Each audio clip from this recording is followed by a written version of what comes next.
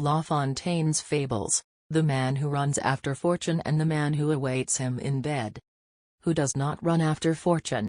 I would like to be where I could easily behold the unwelcome crowd of those who seek in vain. This daughter of fate, from kingdom to kingdom. Faithful courtiers of a phantom flock. When they're close to the right time, the inconstant immediately to their desires escapes. Poor people!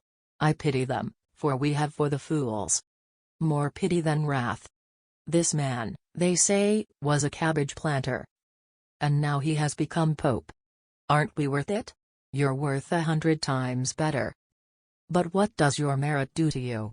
Does fortune have eyes? And then is the papacy worth what we leave? Rest? Rest, treasure so precious that it used to be shared with the gods? Rarely fortune to its hosts leaves him. Look not for this déesse. She will look for you, her sex wears it so. Some couple of friends, in an established village, possessed some property.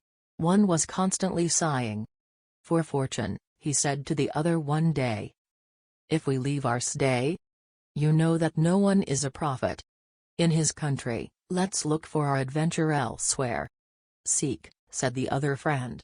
"For me, I do not wish no better climates or destinies. Be content, follow your worrying mood. You'll be back soon.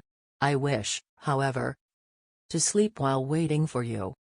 The ambitious, or, if you want, miser, goes away by road and by road.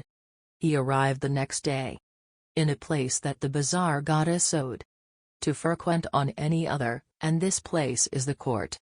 There so for some time he fixed his stay, being at bedtime, at sunrise, at these hours that we know to be the best. Anyway, being at everything, and coming to nothing. "What is this?" he said to himself, "let us look elsewhere for good. Fortune, however, lives in these mansions. I see her coming into this house every day. At this one, where does it come from?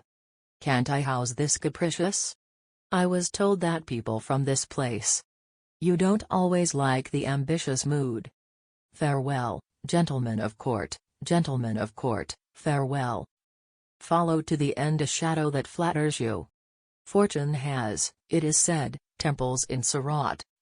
Let's go there." It was one to say and embark. Bronze souls, human, that one was no doubt. Armed with diamond, who tried this road. And the first dared the abyss to challenge the latter, during his journey, turning his eyes to his village more than once, wiping the dangers. Pirates, winds, come and rocks. Ministers of death, with great sorrow.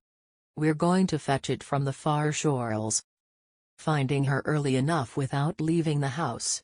Man arrives at Mogul, he is told that in Japan fortune for then distributed its graces.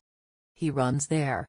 The seas were tired to bear it, and all the fruit that he drew from his long journey. It was this lesson that the savages give. Dwell in thy land by the educated nature.